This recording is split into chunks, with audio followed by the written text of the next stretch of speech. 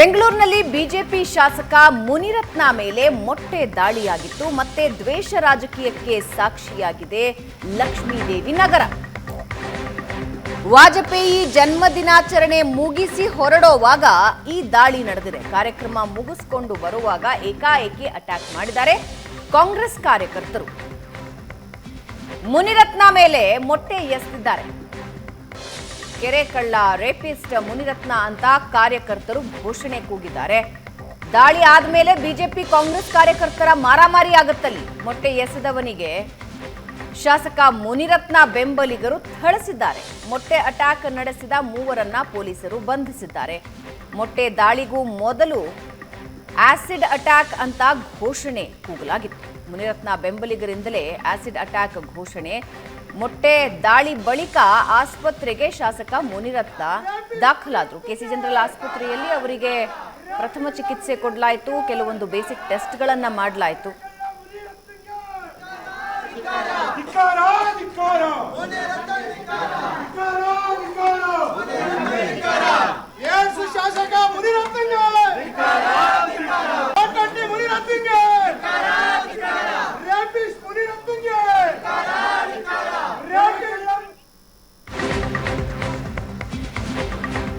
ಇನ್ನು ನನ್ನ ಕೊಲೆ ಮಾಡೋಕೆ ಸಂಚು ಮಾಡಿದ್ದಾರೆ ಅಂತ ಮುನಿರತ್ನ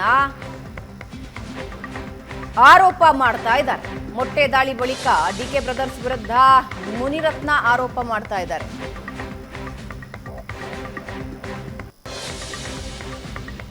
ಮೊಟ್ಟೆ ಎಸೆದು ಗೂಂಡಾಗಿರಿ ಮಾಡ್ತಾ ಇದ್ದಾರೆ. ನನ್ನ ಕೊಲೆಯಾದ್ರೆ ಅದಕ್ಕೆ ಡಿಕೆ ಸುರೇಶ್, ಕುಸುಮಾ ಕಾರಣ. ಮೊಟ್ಟೆಗೆ ಆಸಿಡ್ ತುಂಬಿ ನನ್ನ ಮೇಲೆ ಎಸೆದಿದ್ದಾರೆ ಅಂತ ಮುನಿರತ್ನ ಆರೋಪ ಮಾಡ್ತಾ ಇದ್ದಾರೆ. ಉಪಚುನಾವಣೆ ನಡೆಸಿ ಕುಸುಮಾ ಶಾಸಕರಾಗಿಸೋದಕ್ಕೆ ಪ್ಲಾನ್, ನನ್ನ ಕೊಲೆ ಮಾಡೋಕೆ ಸಂಚು ಮಾಡಿದ್ದಾರೆ ಅಂತ ಮುನಿರತ್ನ ಆರೋಪ ಮಾಡ್ತಿದ್ದಾರೆ.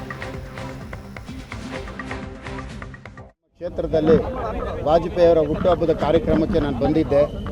ಎಲ್ಲ ಟೋಟಲ್ ಆಗಿ ಇದು ನನಗೆ 2 ತಿಂಗಳಿಂದ ಹೇಳಿದ್ದಾರೆ ಆಸಿಡ್ ಮೊಟ್ಟೆ ದಾಳಿ ಮಾಡ್ತೀವಿ ಅಂತ. 100-150 ಜನ ಒಟ್ಟಿಗೆ ದಾಳಿ ಮಾಡಿ ಗುಂಪು ಕೊಲೆ ಅಂತೇಳಿ ನನ್ನ ಕೊಲೆ ಮಾಡೋದಕ್ಕೆ ಸಂಚು ಮಾಡಿರೋದು ಪೊಲೀಸ್ ಇಲಾಖೆ ಗಮನಕ್ಕೆ ಬಂದಿದೆ.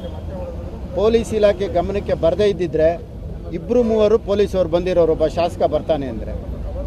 ಆದರೂ ಸಹ ಇಷ್ಟೊಂದು ಜನ ಪೊಲೀಸವ್ರು ಇದ್ದಿದ್ದಕ್ಕೆ ಇವತ್ತು ನನ್ನ ಜೀವ ಉಳ್ಕೊಂಡಿದೆ. ಬಹುಶಃ ಪೊಲೀಸ್ ಇಲಾಖೆ ನನಗೆ ಇವತ್ತೊಂದು ಪುನರ್ಜನ್ಮ ಕೊಟ್ಟಿದೆ. ಇವತ್ತು ಇಲ್ಲದೇ ಇದ್ದರೆ ಇವತ್ತು ನನ್ನ ಕೊಲೆ ಮುಗಿದು ಇವತ್ತು ಇಷ್ಟೊತ್ತಿಗೆಲ್ಲ ಆಗಿರೋದು.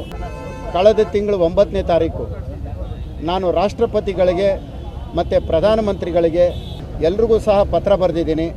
ನನ್ನ ಕೊಲೆ ಆಗತ್ತೆ, ನನ್ನ ಕೊಲೆ ಆದರೆ ಕೊಲೆಗೆ ಕಾರಣಕರ್ತರು ಡಿ.ಕೆ. ಶಿವಕುಮಾರು, ಡಿ.ಕೆ. ಸುರೇಶು, ಕುಸುಮಾ ಮತ್ತು ಅವ್ರ ತಂದೆ ಹನುಮಂತರಾಯಪ್ಪ ಹಾಗೂ ಇತರರು ಅಂತೇಳಿ ಅವ್ರ ಹೆಸರುಗಳು ಸಹ ನಾನು ಬರೆದು ಕೊಟ್ಟಿದ್ದೀನಿ. ಪ್ರಧಾನಮಂತ್ರಿ ಕಚೇರಿಯಿಂದ ನನಗೆ ಹಿಂಬರಹನೂ ಬಂದಿದೆ. ಅವ್ರು ಹೇಳಿದ್ದು ಒಂದೇ, ನೀನು ರಾಜೀನಾಮೆ ಕೊಡು, ಕುಸುಮಾ ಮಿನಿಸ್ಟ್ರ್ ಆಗಬೇಕು. ಕುಸುಮಾ ಮಿನಿಸ್ಟ್ರ್ ಆಗಿಲ್ಲ ಅಂದರೆ ನೀನು ಬಿಡಲ್ಲ. ನನಗೆ ಪೊಲೀಸ್ ಗನ್ಮ್ಯಾನೇ ಕೊಟ್ಟಿಲ್ಲ. ನಮ್ಮ ಕ್ಷೇತ್ರ ಗುಂಡಾಗಿರಿಗೆ ಹೆದರೋ ಅವಶ್ಯಕತೆ ಇಲ್ಲ. ನಾವು ನಿಮ್ಮ ಜೊತೆಗಿದ್ದೀವಿ. ನಿಮ್ಮ ಹೋರಾಟ ಮುಂದುವರಿಸಿ. ಸಾರಿ, ನಿಮ್ಮ ಆರೋಗ್ಯದ ಕಡೆ ಗಮನ ಕೊಡಿ. ನನಗೆ ಬಂದಿರುವಂಥ ಮಾಹಿತಿ ಇಷ್ಟೇ. ಮೊಟ್ಟೆ ಹಾಕಿದ್ದಾರೆ ಅವ್ರ ಮೇಲೆ ಅಂತೇಳಿ ಮಾಹಿತಿ ಬಂದಿದೆ. ಅದಕ್ಕಷ್ಟೇ ಸ್ಥೀಮಿತವಾಗಿ ನಾನು ಹೇಳ್ತೇನೆ. ಯಾಕೆ ಮಾಡಿದ್ದಾರೆ ಗೊತ್ತಿಲ್ಲ ನನಗೆ.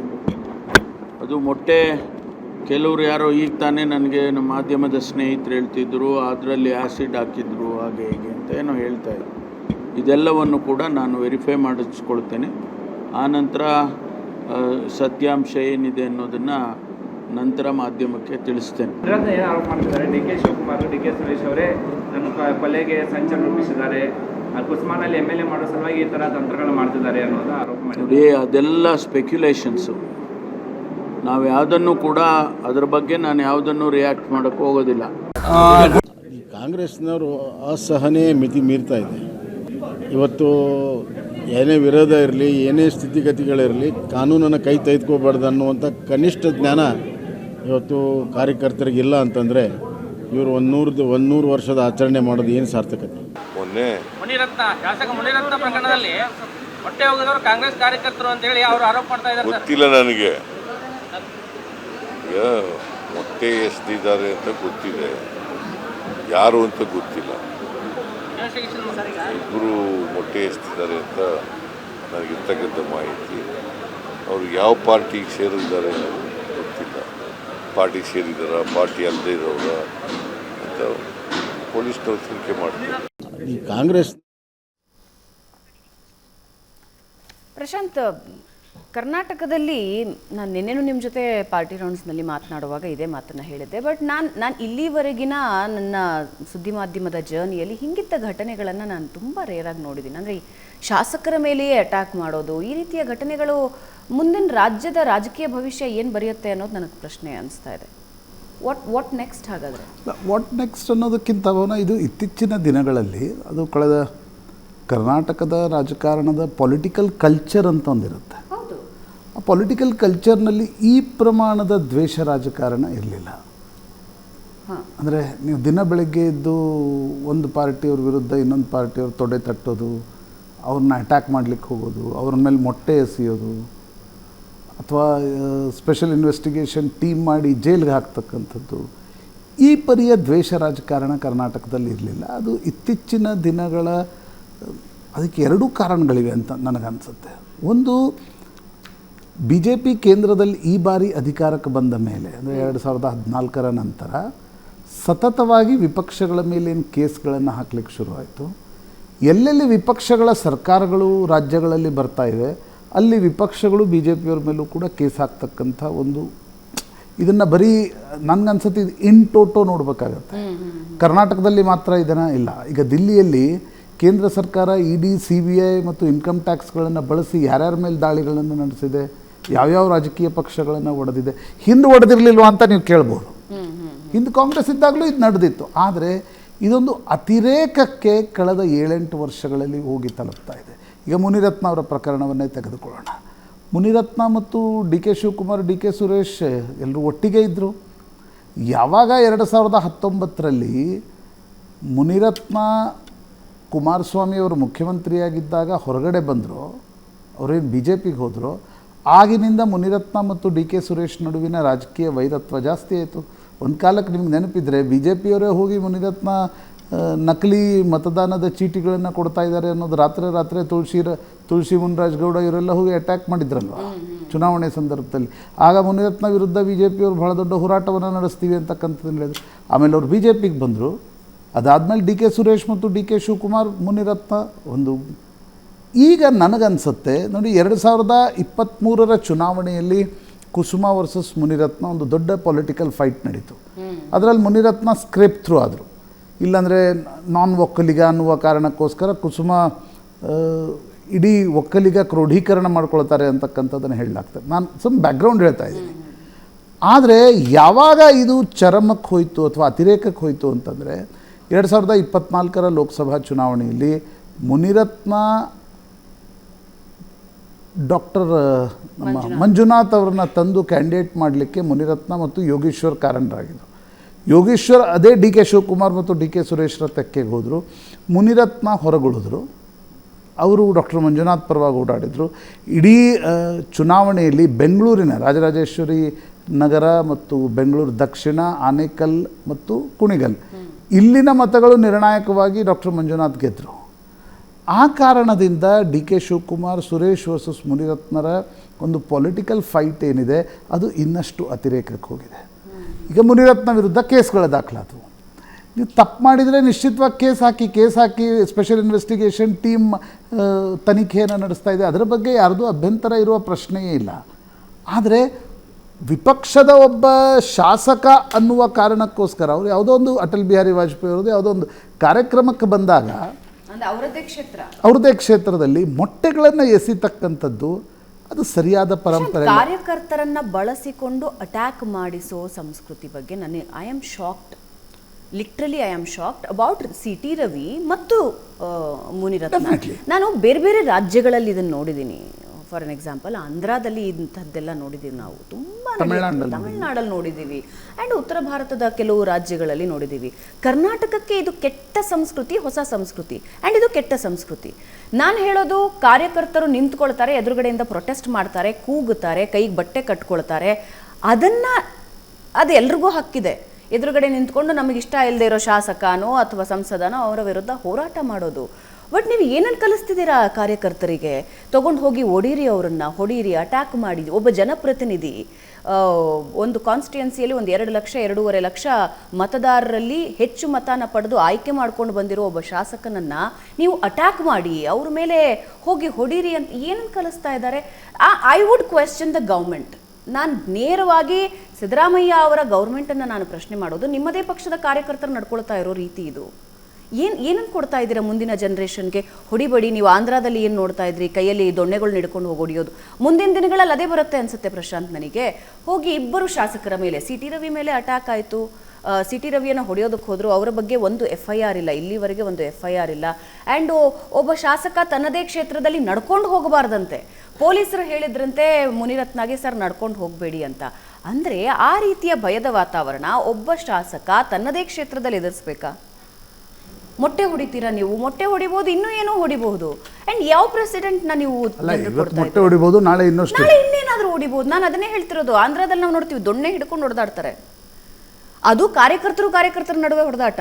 ಬಟ್ ಇಲ್ಲಿ ಡೈರೆಕ್ಟ್ ಅಟ್ಯಾಕ್ ಯಾರ ಮೇಲೆ? ಆಯ್ಕೆಯಾಗಿ ಬಂದಿರೋ ಜನಪ್ರತಿನಿಧಿ ಮೇಲೆ. ನೀವೇನು ಕೊಡ್ತಾ ಇದ್ದೀರಾ ರಾಜಕೀಯಕ್ಕೆ? ಮುಂದಿನ ತಲೆಮಾರಿನ ರಾಜಕೀಯಕ್ಕೆ ಇನ್ನೊಂದು 10 ವರ್ಷ ಹಿಂಗೆ ಮುಂದುವರೆದ್ರೆ ಇನ್ನೊಂದೇನು? ದೊಣ್ಣೆಗಳು ಹಿಡ್ಕೊಂಡು ಶಾಸಕರನ್ನ, ಸಂಸದರನ್ನ ಅಟ್ಯಾಕ್ ಮಾಡ್ತಾರೆ. ವಿ ನೆವರ್ ನೋ, ಮಂತ್ರಿನೂ ಅಟ್ಯಾಕ್ ಮಾಡ್ಬೋದು. ಏನು ಕೊಡ್ತಿದ್ದಾರೆ ಇವರು? Definitely A point of very ನೀವು ಹೇಳಿದ ಪಾಯಿಂಟ್ ವ್ಯಾಲಿಡ್ ಇದೆ ಆ್ಯಂಡ್ ವೆರಿ ಕನ್ಸರ್ನ್ ಆಲ್ಸೋ. ಯಾಕಂದರೆ ನೋಡಿ, 3-4 ಪ್ರಕರಣಗಳನ್ನು ನೀವು ಉಲ್ಲೇಖಿಸ್ಬೋದು. ಪ್ರಜ್ವಲ್ ರೇವಣ್ಣ ಪ್ರಕರಣದಲ್ಲಿ special investigation team Prajwal Revanna ಒಳಗಡೆ ಹೋದರು, ರೇವಣ್ಣ ಮೇಲೆ ಕೇಸ್ ದಾಖಲಿಸಿದ್ರಿ. ವಿನಯ್ ಕುಲಕರ್ಣಿ ಮೇಲೆ ಅದೇ ರೀತಿಯಾಗಿರ್ತಕ್ಕಂಥ ಆರೋಪ ಬಂತು. ಇಲ್ಲಿವರೆಗೆ ಆ ಕೇಸ್ನಲ್ಲಿ ಏನಾಗಿದೆ? ಏನೂ ಆಗಿಲ್ಲ. ನೀವು ನಾಸಿರ್ ಅಹ್ಮದ್ ರಾಜ್ಯಸಭಾ ಸದಸ್ಯ ನಾಮಪತ್ರ ಸಲ್ಲಿಸುವ ವೇಳೆ ಅಥವಾ ಅವ್ರು ಗೆದ್ದಾಗ ಕೆಲ ಕಾಂಗ್ರೆಸ್ನ ಕಾರ್ಯಕರ್ತರು ಅನ್ನುವ ವೇಷದಲ್ಲಿ ಬಂದಿರತಕ್ಕಂಥವ್ರೆ ಕೆಲವರು ಪಾಕಿಸ್ತಾನ್ ಜಿಂದಾಬಾದ್ ನೀವು ಎಷ್ಟು ದಿನ ಆಯ್ತಲ್ರಿ? 9 ತಿಂಗಳಾಯ್ತಾ ಹೆಚ್ಚು ಕಡಿಮೆ. ಇಲ್ಲಿವರೆಗೆ ಚಾರ್ಜ್ ಶೀಟ್ ದಾಖಲು ಮಾಡ್ತಕ್ಕಂಥ ಪ್ರಯತ್ನವನ್ನು ಮಾಡಿಲ್ಲ. ಸಿ ಟಿ ರವಿ ಯಾವುದೋ ಒಂದು ಶಬ್ದ ಬಳಕೆ ಮಾಡಿದರೆ ಅವರನ್ನು ಇಡೀ ರಾತ್ರಿ ಓಡಾಡಿಸಿದ್ರು ಒಬ್ಬ ಶಾಸಕನಾಗಿ. ನಂತರ ಸಿ ಟಿ ರವಿಯವರ ಮೇಲೆ ಹೋಗಿ ವಿಧಾನಸೌಧದಲ್ಲಿ ಅಟ್ಯಾಕ್ ನಡೆಯುತ್ತೆ. ಅವ್ರ ಮೇಲೆ ಏನು ಕ್ರಮ ಆಗಿದೆ ಇಲ್ಲಿವರೆಗೆ? ಅದಾದಮೇಲೆ ನಿನ್ನೆಯ ಮುನಿರತ್ನ ಪ್ರಕರಣ.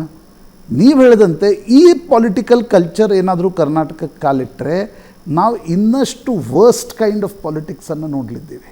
ನಾವು ಮೊಟ್ಟೆ ಹೊಡಿತೀವಿ.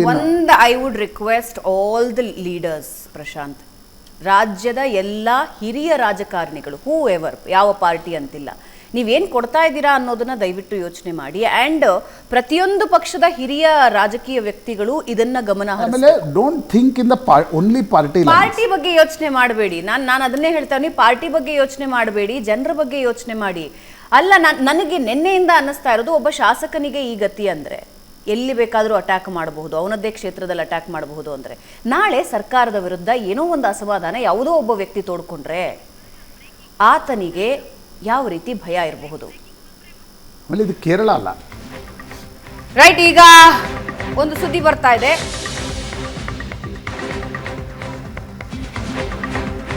KC ಜನರಲ್ ಆಸ್ಪತ್ರೆಯಿಂದ ಮುನಿರತ್ನ ಡಿಸ್ಚಾರ್ಜ್ ಆಗ್ತಾ ಇದ್ದಾರೆ.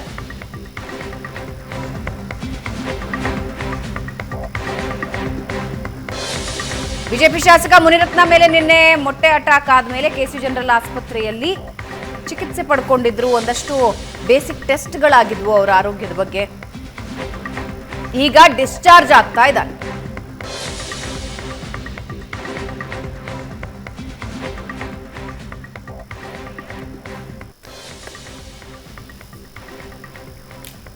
ರೈಟ್, ಸಿದ್ದರಾಮಯ್ಯ ಅವರು ಮತ್ತು ಉಳಿದ ನಾಯಕರು ಕೂಡ ಇದ್ರ ಬಗ್ಗೆ ಗಮನ ಹರಿಸಬೇಕು. ನನಗೆ ಗೊತ್ತಿಲ್ಲ, ಆ ಶಾಸಕರ ಆ ಕಾರ್ಯಕರ್ತರು ಯಾರೋ ನನಗೆ ಗೊತ್ತಿಲ್ಲ, ಅದು ಪಕ್ಷದ ಕಾರ್ಯಕರ್ತರ ಅನ್ನೋದು ನನಗೆ ಗೊತ್ತಿಲ್ಲ. ಇವೆಲ್ಲ ಬೇಡದೇ ಇರುವಂತಹ ಉತ್ತರಗಳು ನಿನ್ನೆ ಬಂದಿರೋದು ನಾನು ನೋಡ್ತಾ ಇದ್ದೆ. ಪರಮೇಶ್ವರರು ಬೇಡದ ಉತ್ತರ ಕೊಟ್ಟರು, ಸಿದ್ದರಾಮಯ್ಯ ಅವರು ಬೇಡದ ಉತ್ತರ ಕೊಟ್ಟರು.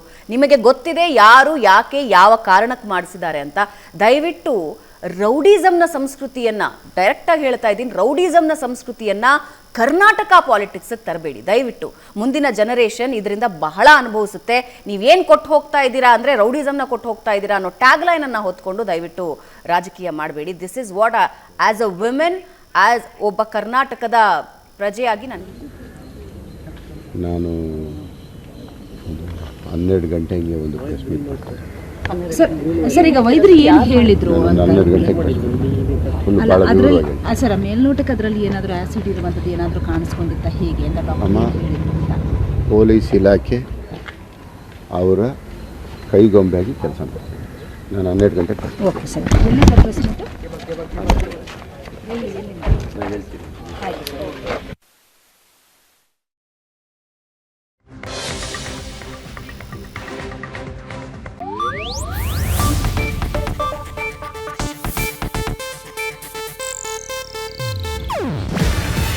ಇದು ಏಷ್ಯಾನೆಟ್ ನ್ಯೂಸ್ ನೆಟ್ವರ್ಕ್ ಪ್ರಸ್ತುತಿ. ನೀವು ನೋಡ್ತಿದ್ದೀರಾ ಏಷ್ಯಾನೆಟ್ ಸುವರ್ಣ ನ್ಯೂಸ್.